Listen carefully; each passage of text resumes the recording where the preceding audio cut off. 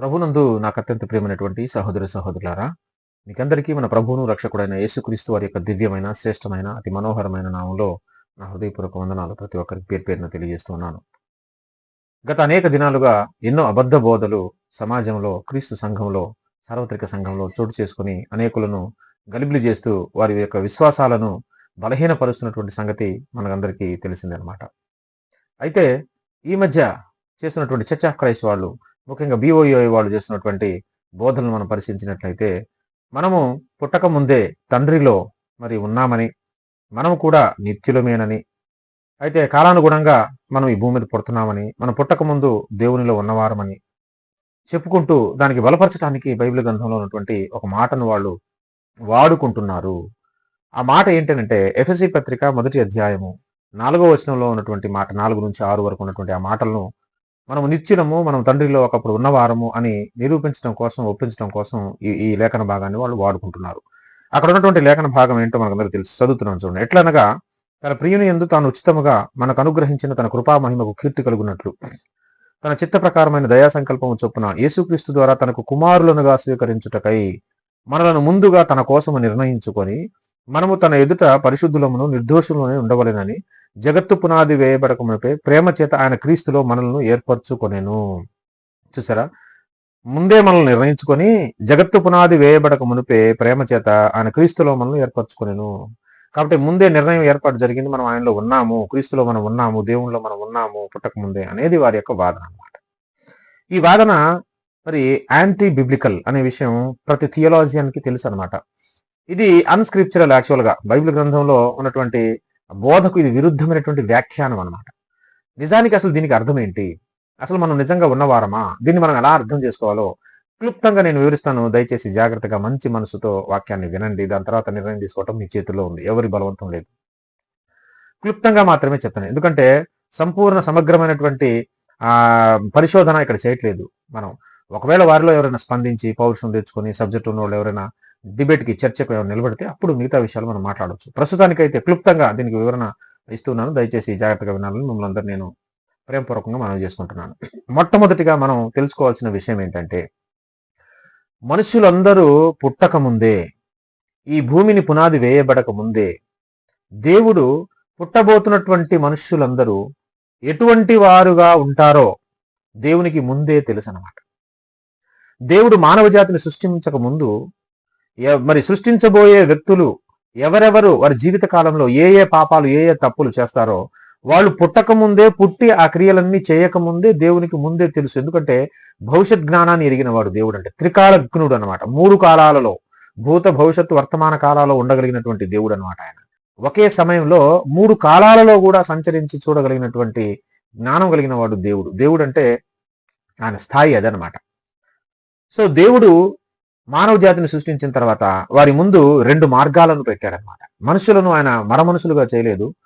మరి పూర్ణ స్వాతంత్ర్యం, సంపూర్ణ స్వతంత్రత కలిగినటువంటి వ్యక్తులుగా, సంపూర్ణ స్వేచ్ఛ కలిగినటువంటి వ్యక్తులుగా దేవుడు నరులను చేశాడు. నరులను చేసిన తర్వాత 2 మార్గాలు వాళ్ళ ముందు పెట్టాడు. ఒకటి జీవ మార్గము, ఇంకోటి నాశనానికి పోయే మార్గము. ఈ రెండిట్లో ఏదైనా ఎంచుకునే సర్వ స్వతంత్రత మానవులకి దేవుడు ఇచ్చాడనమాట. మంచి జీవ మార్గాన్ని ఎన్నుకోవచ్చు, నాశనానికి వెళ్ళే మార్గాన్ని ఎన్నుకోవచ్చు. అయితే పుట్టబోతున్నటువంటి మనుషులందరూ పుట్టిన తర్వాత, ఎదిగిన తర్వాత వాళ్ళు ఈ 2 మార్గాలలో ఏ మార్గాన్ని ఎంచుకుంటారు? వాళ్ళు పరలోకం వచ్చే మార్గాన్ని, జీవ మార్గాన్ని ఎంతమంది ఎంచుకుంటారు? నాశనానికి వెళ్ళే మార్గాన్ని ఎంతమంది ఎంచుకుంటారు? ఇరుకు మార్గాన్ని ఎంతమంది ఎంచుకుంటారు? విశాలమైన మార్గాన్ని ఎంతమంది ఎంచుకుంటారు? ఇది ముందే ఎరిగిన దేవుడు. ఇదంతా ముందే ఆయనకు తెలుసు అనమాట. జీవ మార్గాన్ని ఎంతమంది ఎన్నుకుంటారు? సువార్త ప్రకటించినప్పుడు యథార్థంగా మంచి మనసుతో సువార్తను అంగీకరించి సత్యదేవుని దగ్గరికి ఎంతమంది వస్తారు? ఎంతమంది సత్యాన్ని దూషిస్తూ, ద్వేషిస్తూ, తిరస్కరిస్తూ, మొండి వైఖరి అవలంబిస్తూ, లోక పాపంలో పడిపోయి, లోక వ్యభిచారంలో పడిపోయి, హంతకులుగా మారిపోయి, ఎంత సువార్త చెప్పినా, దేవుడు ఎన్ని అవకాశాలు ఇచ్చినా వారు మారకుండా మరణించేంత వరకు పాపంలోనే ఉండి చనిపోయే వ్యక్తులు ఎవరెవరు ఉన్నారు, ఏంటంటే అనేది దేవునికి ముందే, పుట్టక ముందే సమస్తము ఆయన గ్రహించగలడు. ఆయనకు ముందే తెలిసిపోయింది అనమాట. దానికి సంబంధించిన కొన్ని లేఖన భాగాలను మనం పరిశుద్ధ బైబిల్ గ్రంథంలో చూద్దాం. ముందుగా ప్రసంగి గ్రంథం 6వ అధ్యాయము 10వ వచనంలో ఒక మాట ఉంది. ముందుండినది బహుకాలము క్రిందనే తెలియబడెను, ఆయా మనుషులు ఎట్టివారగుదురో అది నిర్ణయమాయను అట. ఆయా మనుషులు ఎట్టివారగుదురో అది ముందే నిర్ణయం అయిపోయింది.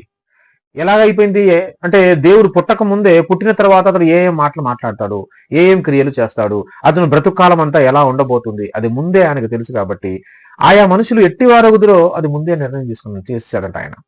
అలాగే రోమాపత్రిక 8వ అధ్యాయము 29వ వచనంలో మనం చూస్తే, ఎందుకనగా తన కుమారుడు అనేక సహోదరులలో జ్యేష్ఠుడగున్నట్లు దేవుడు ఎవరిని ముందు ఎరిగెనో, జాగ్రత్తగా వినాలి ఈ మాట, దేవుడు ముందు ఎవరిని ఎరిగెనో. ఎలా ఎరుగుతాడు? పుట్టక ముందే. నేను చెప్పాను కదా ఇందాక, పుట్టక ముందే ఆయనకు సమస్తము తెలిసిన దేవుడు ఆయన. కాబట్టి ముందే ఎరిగాడు ఎవరెవరు తన సువార్త విని తన్ను ప్రేమించి సత్యం వైపు వస్తారో, సువార్త నమ్ముతారో, ఎంతమంది రక్షణ పొందుతారో, బాప్తిసం తీసుకుంటారో, దేవుని యందు భయం భక్తులు కలిగి బ్రతుకుతారో, ఎందరూ నరకాగ్ని గుండానికి వెళ్తారో, ఎందరూ పరలోకానికి వస్తారో, ఇది ముందే తెలిసిన దేవుడు వారిని నిర్ణయించింది. ఫలానా వ్యక్తి నరకానికి వెళ్తారు, ఫలానా వ్యక్తులు పరలోక రాజ్యానికి వస్తారు, వీళ్ళు మరి దేవుని యందు భయభక్తులు కలిగి ఉంటారు అనేది ముందే ఆయనకు తెలిసిపోయింది. కాబట్టి నిర్ణయం చేసేశాడు. దేవుడు ఎవరిని ముందుగా ఎరిగనో వారు తన కుమారులతో స్వారూప్యం గలవారొకటకు వారిని ముందుగా నిర్ణయించాను. ఎవరిని ఎరిగాడో వారినే నిర్ణయించాడు. అలాగే మరి ఎవరిని ముందుగా నిర్ణయించినో వారినే పిలిచాడు తన సేవకు, రక్షణ పొందటానికి వారినే పిలిచాడు. ఎవరిని పిలిచనో వారిని నీతిమంతులుగా తీర్చాడు తన కుమారుని రక్తము ద్వారా. ఎవరిని నీతిమంతులుగా తీర్చనో వారిని మహిమపరిచాను. రేపొద్దున ఆ మహిమ లోకాన్ని ఇవ్వబోతున్నది వాళ్ళే. ఓన్లీ సెలెక్టెడ్ పీపుల్ మాత్రమే. మానవ జాతి అంతా పరలోక రాజ్యానికి రాదు. నరకానికి వెళ్ళే బ్యాచ్ ఒకటి ఉంది. అయితే పరలోకానికి ఎవరెవరు వెళ్తారు, నరకానికి ఎవరెవరు వెళ్తారు, వీరు పుట్టకముందే వీరి జీవితంలోనికి ప్రవేశించి దేవుడు సమస్తాన్ని ఎరిగిన దేవుడు ముందే డిసైడ్ చేశాడు, ఇగో వీళ్ళు నరకానికి వెళ్తారు, వీళ్ళు పరలోకానికి వెళ్తారని. పరలోకానికి వెళ్ళి తన యందు విశ్వాసం ఉంచి తన సువార్తను నమ్మి తన ఎద్దకు వచ్చే పిల్లలు ఎవరో అని ముందే తెలుసు. కాబట్టి వారిని ఆయన నిర్ణయించడం జరిగింది. ఎవరిని నిర్ణయించాడో, ఎవరిని ముందు ఎరిగాడో వాళ్ళని నిర్ణయించాడు. ఎవరిని నిర్ణయించాడో వాళ్ళని పిలిచాడు. ఎవరిని పిలిచాడో వాళ్ళని నీతిమంతులుగా తీర్చాడు. అందులో ఈరోజు వాక్యం వింటున్న నీవు నేను మనం అందరం ఉన్నాం అన్నమాట. ఇంకొక లేఖన భాగాన్ని కూడా మనం చూస్తే గలతీ పత్రిక 1వ అధ్యాయం 15వ వచనంలో పౌలు భక్తుడు కూడా మాట్లాడుతూ, అయినను తల్లి గర్భము నందు పడినది మొదలుకొని నన్ను ప్రత్యేకపరచి తన కృపచేత నన్ను పిలిచిన దేవుడు అంటున్నాడు. తల్లి గర్భం పడింది మొదలుకొని నన్ను ఆయన ప్రత్యేకపరుచుకున్నాడు. ఎందుకని? ఇతను నా కొరకు జీవించబోతున్నాడు, నా సువార్త విని నా కొరకు గొప్ప కార్యాలు చేయబోతున్నాడు, ఇతను మారు మనసు పొందబోతున్నాడు, ఇతను అద్భుతంగా నా సేవ చేయబోతున్నాడు అని ముందే భవిష్యత్ జరిగిన దేవుడు తల్లి గర్భంలో ఉండగానే అతన్ని ప్రత్యేకించడం జరిగింది. ఇక్కడ మనం అది కూడా చూస్తా ఉన్నాం అనమాట. ఇక అపోస్తుల కార్యముల గ్రంథం 13వ అధ్యాయం 48వ వచనాన్ని కూడా ఒకసారి చూస్తే, ఇక్కడ పౌలు బర్నబాలు వాక్యం చెప్తున్నప్పుడు అన్ని జనుల మధ్యలో ఏం జరిగిందో ఇక్కడ చాలా స్పష్టంగా రాయబడింది అనమాట. అన్య జనులు ఆ మాట విని, అంటే పౌలు చెప్పిన ఆ ప్రసంగాన్ని విని సంతోషించి దేవుని వాక్యమును మహిమపరిచిరి. కొంతమంది అంట భలే చెప్పారు, దేవుని మాటలు భలే ఉన్నాయని దేవుని నామాన్ని మహిమపరిచి చప్పట్లు కొట్టేసి బాగుందని కొందరు అన్నారట. మరియు నిత్య జీవమునకు నిర్ణయింపబడిన వారందరూ విశ్వసించిరి. కొంతమంది అయితే బాగుంది అని మహిమపరిచి దేవుని చప్పట్లు కొట్టి వెళ్ళిపోయారు. కానీ కొంతమంది ఏం చేశారో తెలుసా? వాళ్ళు విశ్వసించారంట. ఆ మాటలను విశ్వసించి మారు మనసు పొంది రక్షణ పొందారు. అంటే విన్నవారందరూ ఎందుకు రక్షణ పొందలేదు, వీళ్ళే ఎందుకు రక్షణ పొందారంటే నిత్య జీవమునకు నిర్ణయింపబడిన వారంట వీళ్ళు. అంటే ఎప్పుడు నిర్ణయించాడు దేవుడు వీళ్ళని? వీళ్ళు పుట్టక ముందే వీళ్ళ నిర్ణయం జరిగింది, వీళ్ళ ఏర్పాటు జరిగింది. వీళ్ళని ఎరిగాడు దేవుడు. ఎందుకంటే వీళ్ళు మాత్రం, ఇప్పుడు అంతమంది అక్కడ వాక్యం విన్నారు, మిగతా వాళ్ళందరూ వెళ్ళిపోయారు, వీళ్ళు మాత్రం మారు మనసు పొంది రక్షణలోకి వచ్చారు. వీళ్ళు వస్తారని దేవుడికి ముందే తెలుసు. కాబట్టి వీళ్ళు నిత్య జీవానికి వెళ్ళే వారి లిస్టులో వీళ్ళ పేర్లు రాశారు, జీవ గ్రంథంలో వీళ్ళ పేర్లు వ్రాయబడింది అనమాట. మనం కూడా ఈ రోజు సువార్త ప్రకటిస్తున్నప్పుడు గ్రామాల్లో కానీ ఎక్కడ కానీ అందరూ రక్షణ పొందుతారా? పొందరు. ఇప్పుడు మన ఊళ్ళో చూసుకుంటే, మన ఊరి చివర చర్చి, మన ఊరి మధ్యలో చర్చి ఉంటే ఆ ఊరి చివరిలో ఉన్న వ్యక్తులు ఎవరో రక్షణ పొంది మారు మనసు పొంది దేవుని మందిరానికి వస్తారు. కానీ మన చర్చి పక్కనే ఇల్లు మరి 20 సంవత్సరాలు 30 సంవత్సరాలు వాక్యం విన్నా కూడా వాళ్ళు మారు మనసు పొందరు. అంటే దగ్గర ఉన్న వాళ్ళతో మాత్రం మారు మనసు పొందాలి. దేవుని నిర్ణయంలో ఏర్పాట్లో ఉన్న వాళ్ళే రక్షణ పొందుతారు. ఈ ఏర్పాటు ఎలా జరిగింది? ఏర్పాటు ఎలా జరిగిందంటే, నువ్వు భవిష్యత్తులో నువ్వు పుట్టిన తర్వాత నువ్వు ఎలాంటి క్రియలు చేస్తావు, నువ్వు ఏమవుతావో దేవుడికి ముందే తెలుసు. కాబట్టి ముందే నిర్ణయం చేస్తాడు. సో ఇక్కడ కూడా ఈ ఏర్పాటు ముందే జరిగినట్టుగా మనం చూస్తున్నాం. 2వ తెస్సలోనికీ రాసిన పత్రిక 2వ అధ్యాయం 13వ వచనాన్ని కూడా మనం చూస్తే, ప్రభువు వలన ప్రేమింపబడిన సహోదరులారా, ఆత్మ మిమ్మును పరిశుద్ధపరచుట వలనను మీరు సత్యమును నమ్ముట వలనను రక్షణ పొందుటకు దేవుడు ఆది నుండి మిమ్మును ఏర్పరచుకొనెను గనుక. చూసారా? రక్షణ పొందటానికి దేవుడు ఎప్పటి నుంచి వీళ్ళని ఏర్పాటు చేసుకున్నాడు? ఆది నుండి మిమ్మల్ని ఏర్పరచుకొనెను. ఎలా జరిగింది ఏర్పాటు? దేవుడు పక్షపాత? కొందరు నరకం లిస్టులో కొంతమందిని నిత్య జీవం వెళ్ళడానికి కొంతమంది రాశాడా? కాదు, తప్పు. అది ముందే నిర్ణయం ఎలాగ జరిగిందంటే, వీళ్ళు బ్రతికిన తరువాత, వీళ్ళు పుట్టిన తరువాత, వీళ్ళు చనిపోయేంత వరకు వీరు ఏ మార్గాన్ని ఎంచుకున్నారు, ఎలాంటి క్రియలు చేస్తున్నారు, ఇది ముందే భవిష్యత్తులో తొంగి చూసి తెలుసుకున్న దేవుడు నిర్ణయం చేశాడు. మనం బ్రతుకును బట్టే ఆయన నిర్ణయం చేశాడు కాబట్టి, కానీ ఆయన నిర్ణయం చేశాడు కాబట్టి మనం అలా బ్రతకట్లేదు. మనం ఇలా బ్రతుకుతాం అని ముందే తెలుసు కాబట్టి ఆయన నిర్ణయం చేశాడు అనమాట. ఇలాగ అనేక చోట్ల మరి మనం ముందే దేవుడు నిర్ణయించినట్టుగా ఏర్పాటు చేస్తున్నట్టుగా మనం చూస్తా ఉన్నాం అన్నమాట. ఇంకా మనం చూడగలిగితే కీర్తన గ్రంథం 139వ కీర్తన కూడా చూద్దాం ఒకసారి. మొదటి వచనం నుంచి చదువుతున్నాను చూడండి. యెహోవా, నీవు నన్ను పరిశోధించి తెలుసుకొని ఉన్నావు. నేను కూర్చుంటుట, నేను లేచుట నీకు తెలియను. నాకు తలంపు పుట్టక మునుపే నీవు నా మనస్సు గ్రహించుచున్నావు. చూసారా, తలంపు అనేది ఇంకా రాలేదు, మనం ఏం ఆలోచించలేదు, కానీ ఆలోచించక ముందే దేవుని తెలుసు మనం ఏం ఆలోచిస్తాం అనేది. నా నడకను నా పడకను నీవు పరిశీలన చేసి ఉన్నావు. నా చర్యలన్నిటినీ నీవు బాగా తెలుసుకొని ఉన్నావు. యెహోవా, మాట నా నాలుకకు రాకమునుపే అది నీకు పూర్తిగా తెలిసి ఉన్నది. చూసారా, మాట స్టార్ట్ చేయలేదు మనం, కానీ మనం ఏం మాట్లాడతామో దేవునికి ముందే తెలుసు. ఎందుకంటే భవిష్యత్ జ్ఞానం కలిగిన వాడు దేవుడు అంటే, భవిష్యత్ కాలాన్ని ఎరిగిన వాడు దేవుడు అంటే, ఏం జరగబోతుందో కూడా ఆయన ముందే చెప్పేస్తాడు. అందుకే ఆయన దేవుడు అన్నారు. అర్థమైందండి. అందుకే మనం ఏం అవ్వబోతున్నామో, ఆయా మనుషులు ఎట్టివారు అవుతారో, వాళ్ళు పాపులుగానే ఉండి చనిపోతారా, రక్షణ పొందుతారా, సువార్తను నమ్ముతారా, నా ప్రేమను అర్థం చేసుకుంటారా, నా వైపు తిరుగుతారా, దేవుడు అంటే భయం భక్తి కలిగి వాళ్ళు జీవిస్తారా, లేకపోతే మొండికేసి మూర్ఖులై పాపంలోనే బ్రతికి పాపంలోనే చనిపోయి అగ్నిగుండానికి వెళ్తారా అనేది దేవుడు ముందే, పుట్టక ముందే, జగత్తు పునాది వేయబడక ముందే, పుట్టబోయే మనుషులు ఎట్టివారవుతారో ముందే ఎరిగిన దేవుడు వాళ్ళ గురించి ఇదిగో ఈ విషయాలని రాయించడం జరిగింది, వాళ్ళు నిర్ణయించడం జరిగింది, నిత్య జీవానికి వెళ్ళే వాళ్ళు నిర్ణయించడం జరిగింది. ఇదే 139వ కీర్తన 16వ వచనాన్ని కూడా మనం చూస్తే, నేను పిండమునై ఉండగా నీ కన్నులు నన్ను చూచెను, నియమింపబడిన దినములలో ఒకటైనను కాకమునిపే నా దినములన్నీ నీ గ్రంథంలో లిఖితములాయెను.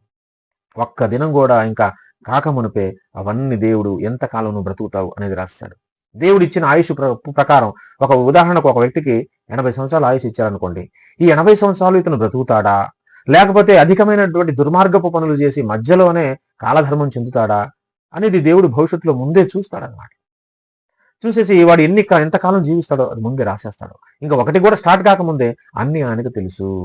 ఈ విషయాన్ని దయచేసి అందరూ అర్థం చేసుకోవాలని నేను ప్రేమపూర్వకంగా మిమ్మల్ని మనవి చేసుకుంటున్నాను. ఈ మాటను కూడా ఒకసారి మన బైబిల్ గ్రంథంలో నుంచి చూద్దాం. యోహాను సువార్త 6వ అధ్యాయము తీయండి దయచేసి.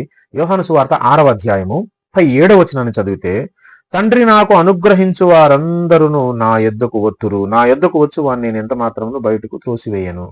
తండ్రి నాకు అనుగ్రహించిన వారందరూ నా యొద్దకు వస్తారట. ఎవరెవరినైతే తండ్రి అనుగ్రహిస్తారో వారే వస్తారు, అందరు రాదు. రక్షణ అందరు పొందరు, యేసును అందరు నమ్మరు.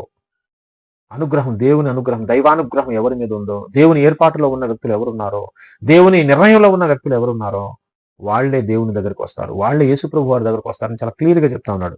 39వ వచనంలో కూడా మనం చూస్తే, ఆయన నాకు అనుగ్రహించిన దాని అంతటిలో నేనేమీ పోగొట్టుకొనక అంత్య దినమున దాన్ని లేపుతాను అంటున్నాడు.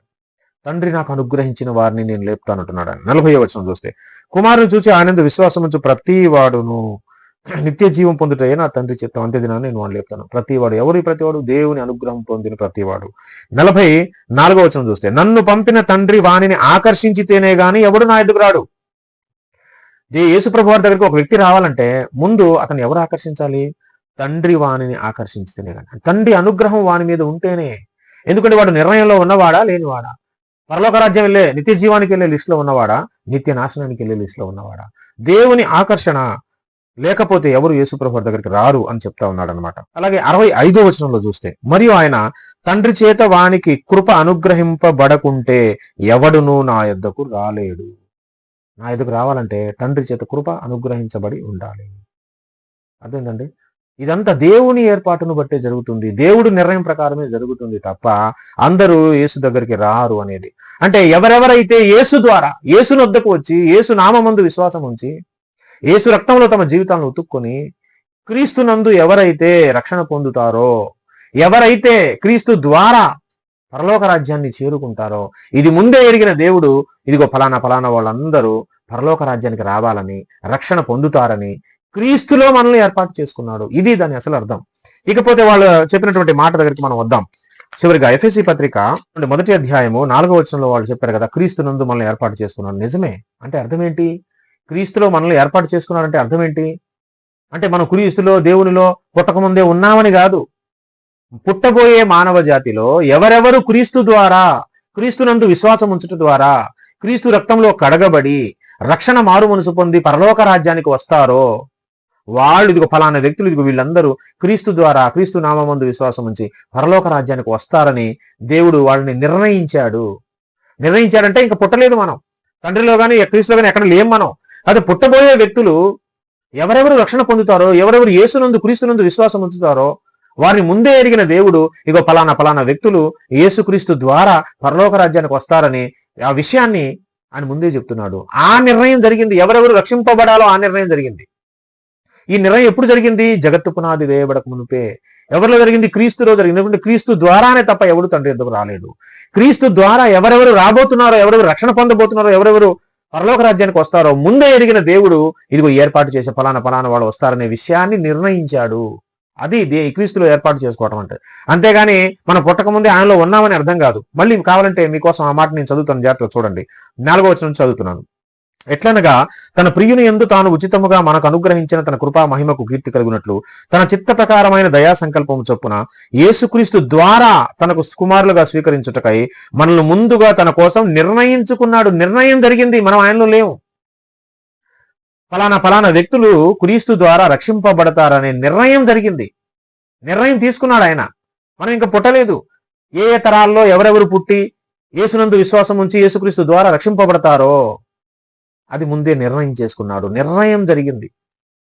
ఇంకా మనం చదివితే ఇక్కడ ముందే నిర్ణయించుకొని మనము తన ఎదుట పరిశుద్ధులమును నిర్దోషములై ఉండవలనని జగత్తు పునాది వేయబడకుంటే ప్రేమ చేత ఆయన క్రీస్తులో మనల్ని ఏర్పాటు చేసుకున్నాడు. ఏర్పాటు జరిగిందండి. ఆయనలో మనం లేము, దేవుళ్ళలో మనం పుట్టి లేము. ఏర్పాటు జరిగింది క్రీస్తులో. అక్కడ చూడండి, ప్రేమ చేత ఆయన క్రీస్తులో మనల్ని ఏర్పాటు చేసుకున్నాడు. మరి వీళ్ళు అంటున్నారు మనం తండ్రిలో ఉన్నామని. అసలు తండ్రిలో కాదు, ఏర్పాటు జరిగింది ఎవరిలో తెలుసా? క్రీస్తులో. ఒకవేళ ఏమన్నా అంటే గింటే మనం క్రీస్తులో ఉన్నాం అని చెప్పాలి. అలా చెప్పడం కూడా వాస్తవం కాదు అది. కానీ ఒకవేళ అంటే మనం క్రీస్తులో ఉన్నాం అని చెప్తే ఒకవేళ కొద్దిగా అయినా సరే ఏదైనా కన్సిడరబుల్ గా ఉండేది. కానీ వీళ్ళు ఏమంటున్నారు? మనం దేవుల్లోనే ఉన్నామంటున్నారు. ఏకంగా మన ఏర్పాటు జరిగింది ఎవరిలో? క్రీస్తులో. క్రీస్తు ఎప్పుడు పుట్టాడు? ఈ భూమికి పునాది వేయబడకుంది మనం ఎవ్వరం అసలు లేకముందే క్రీస్తు పుట్టాడు. మరి క్రీస్తులో మన ఏర్పాటు జరిగితే మొట్టమొదటి పుట్టినవాడు, మీ ప్రకారం మొట్టమొదటి పుట్టినవాడు యేసు ప్రభు అయితే మనం ఉండాల్సింది యేసు ప్రభులో కదా. అప్పుడు యేసు ప్రభు ద్వారా ఆదాములో నుంచి బయటకు రావాలి కదా మనం. మరి మీరు అట్లా చెప్పట్లేదు. అసలు మన కన్నవాడు తండ్రి అంటున్నారు కదా. యేసు ప్రభు వారి సృష్టి కార్యక్రమంలో అసలు మన కన్నప్పుడు యేసు ప్రభు వారి పాత్ర ఏం లేదంటున్నారు కదా. మన కన్నది దేవుడు కాబట్టి దేవుడు మనకు తండ్రి అంటున్నారు కదా. మన ఏర్పాటు ఏమో క్రీస్తులో ఉంది కదా. మరి ఇక్కడ మీరన్న దాని ప్రకారం కొంచెంసేపు ఆలోచించిన for the sake of argument మనం ఉండవలసింది యేసులో కదా, తండ్రిలో కాదే. అంటే ఇక్కడ దాని అర్థం అది కాదు. అసలు క్రీస్తులో కాదు, యేసులో కాదు. మనం అప్పటికి అసలు లేము. కాకపోతే పుట్టబోతున్న వ్యక్తులు ఎవరెవరు యేసుక్రీస్తు ద్వారా రక్షణ పొందాలని నిర్ణయించాడో ముందే చూశాడు భవిష్యత్తును. ఇక ఆ నిర్ణయం ఇదిగో ఫలానా ఫలానా వాళ్ళు పరలోకానికి వస్తారు క్రీస్తు ద్వారా. అందుకే క్రీస్తునందు ఆ నిర్ణయం, ఆ ఏర్పాటు జరిగింది. ఇది అక్కడ చెప్తుంది. అంతేగాని మనం అక్కడ ఉన్నామని కాదు. మీరు ఇంకా కిందకి చదివితే ఇక్కడే క్లారిటీ వస్తుంది. అసలు వేరే లేఖన భాగాల్లో మనం వెళ్ళాల్సిన అవసరం కూడా లేకుండా ఇక్కడే చూడండి. దయచేసి 10వ వచనం చూడండి, అక్కడ ఏముందో. ఈ సంకల్పమును బట్టి ఆయన పరలోకంలో ఉన్నవే గాని భూమి మీద ఉన్నవే గాని సమస్తమును క్రీస్తునందు ఏకముగా సమకూర్చవలనని తనలో తాను నిర్ణయించుకొనెను. ఇదంతా నిర్ణయం, తన ఆలోచన. యేసునందు ఇవన్నీ రక్షింపబడాలి, ఇవన్నీ రావాలి, ఇవన్నీ సమకూర్చబడాలనేది దేవుని ఏర్పాటు, దేవుని నిర్ణయం. తనలో తాను నిర్ణయం చేసుకున్న నిర్ణయం అది. అంతేగాని మనం జగత్తు పునాది వేయబడకుంటే క్రీస్తులో మనం ఏర్పాటు చేసుకున్నాడంటే మనం ఆయనలో ఉన్నామని కాదు. ఏర్పాటు నిర్ణయానికిను మనం ఆయనలో ఉండటానికి ఎంత తేడా ఉందండి. అసలు ఎంత దారుణంగా ఈ మాటలు వక్రీకరిస్తున్నారంటే. ఇంకా 11వ వచనం కూడా చూడండి. తనలో తాను నిర్ణయించుకునేను మరియు క్రీస్తునందు ముందుగా నిరీక్షించిన మనము తన మహిమకు కీర్తి కలుగు చేయవలనని దేవుడు తన చిత్త ప్రకారమైన సంకల్పమును బట్టి మనల్ని ముందుగా నిర్ణయించాడు. నిర్ణయం జరిగింది, అంతేగాని మనం లేము. ముందుగా నిర్ణయించి ఆయన యందు స్వాస్థ్యముగా ఏర్పరిచెను. ఆయన తన చిత్తానుసారంగా చేసి నిర్ణయం చొప్పున సమస్త కార్యములు జరిగించుతున్నాడు. ఆదిలోనే నిర్ణయం జరిగింది. ఆ నిర్ణయం చొప్పున ఇదంతా ఇప్పుడు జరిగిస్తూ ఉన్నారు. మీకు ఉదాహరణకు అర్థం అవ్వడం కోసం చిన్న ఎగ్జాంపుల్ చెప్తున్నాను. నేను నా కుమార్తె వివాహం చేయాలనుకోండి. నా కుమార్తె వివాహం చేయాలనుకున్నప్పుడు ఎలాంటి భోజనం పెట్టాలి, బాజా భజంత్రులు ఎవరికి చెప్పాలి, ఏ పాస్టర్ గారిని పిలవాలి, ఎంతమందిని పిలవాలి, ఎవరెవరికి ఇవ్వాలి, కార్డు ఎలా కొట్టించాలి, ఏమిటి ఇవన్నీ ముందే ప్లాన్ చేసుకుంటాం కదా. మనం ముందు చేసుకున్న నిర్ణయం ప్రకారం తర్వాత మనం ఆ పని చేస్తాం. దేవుడు చేసే కార్యాలు కూడా అలాగే ఉంటాయి. ముందు ఆయన ఏర్పాటు నిర్ణయం చేసుకున్నాడు. ఆయన ఫలానా వ్యక్తిని నేను కనాలి అనేది ఏర్పాటు, నేను పుట్టాలనేది ఆయన ఏర్పాటు, నీవు పుట్టాలనేది ఆయన ఏర్పాటు. ఈ ఏర్పాటు జరిగింది. ఫలానా వ్యక్తులు ఫలానా తరంలో, ఫలానా సంవత్సరంలో, ఫలానా గ్రామంలో, ఫలానా వారి కడుపున పుట్టాలనేది దేవుని ఏర్పాటు. ఆ ఏర్పాటు ప్రకారమే మనల్ని పుట్టించాడు. ఆయన ఏ వ్యక్తిని అయితే ఫలానా టైంలో ఫలానా వారి కడుపున పుట్టించాలని ఆయన నిర్ణయించాడో అలాగున పుట్టించాడు. మనల్ని పుట్టించాలని, ఈ తరంలో మనం పుట్టాలని భూమి పునాది వేయబడక మునిపి ఆయన నిర్ణయించాడు కాబట్టి మనం పుట్టాము. ఇది దాని అర్థం. అంతేగాని ఆయనలో మనం అప్పుడు ఉన్నాం, తండ్రులు గర్భాలు దాటుకుంటూ వస్తున్నాం. ఇది చండాలమైనటువంటి బోధ. ఇది లేఖనం దాన్ని అస్సలు ఒప్పుకోదు. పచ్చి అబద్ధమైన బోధ అది. క్రీస్తులో మనం ఉన్నామనంటే అర్థం అది. మీరేమో కాసేపు దేవుళ్ళలో మనం ఉన్నామంటారు, అసలు ఇక్కడ చూస్తేనేమో క్రీస్తులో ఏర్పాటు చేసుకున్నాడు అంటారు. ఒకవేళ అంటే గింటే మనం క్రీస్తులో ఉన్నామని కూడా చెప్పట్లేదు. మీరు ఏకంగా తండ్రిలో ఉన్నామని అంటున్నారు. తండ్రిలో నుంచి ఆదాములోకి ఆత్మ అంటున్నారు. మరి యేసుప్రభు వారు పక్కనే ఉన్నారుగా, ముందు పుట్టినవాడుగా. మీరు మీరు చెప్పిన దాని ప్రకారం పరలోకంలో పుట్టారంటున్నారు కదా మీరు. మరి యేసుప్రభు వారిలో మనం ఉండాలి కదా, తండ్రిలో ఎందుకుంటాం అప్పుడు మనం? అప్పుడు తండ్రి ద్వారా ఆదాంలోకి రాకూడదు, యేసుక్రీస్తు ద్వారా ఆదాంలోకి రావాలి. ఆత్మ ఊదితే యేసుక్రీస్తు ద్వారా రావాలి మనం. మీరు మీరు చెప్పే బోధలు మీకే చుక్కెదురు, మీ కాళ్ళకు మీరే బంధాలు వేసుకుంటారు. సో ఇలాంటి అబద్ధమైన బోధలు దయచేసి బోధించమాకండి. ప్రియ స్నేహితులారా, సహోదరులారా, సత్యాన్ని తెలుసుకోండి, సత్యముందు ప్రతిష్ఠించబడండి, సత్యాన్ని నమ్మండి. సత్యం మిమ్మల్ని స్వతంత్రులుగా చేస్తుంది. అంత మాత్రమే కాదు, పరలోక రాజ్యాన్ని మరి తీసుకుని వెళ్తుంది. ఇట్టి కృప దేవుడు మనకందరికీ అనుగ్రహించును గాక. ఆమేన్. అందరికీ వందనాలు.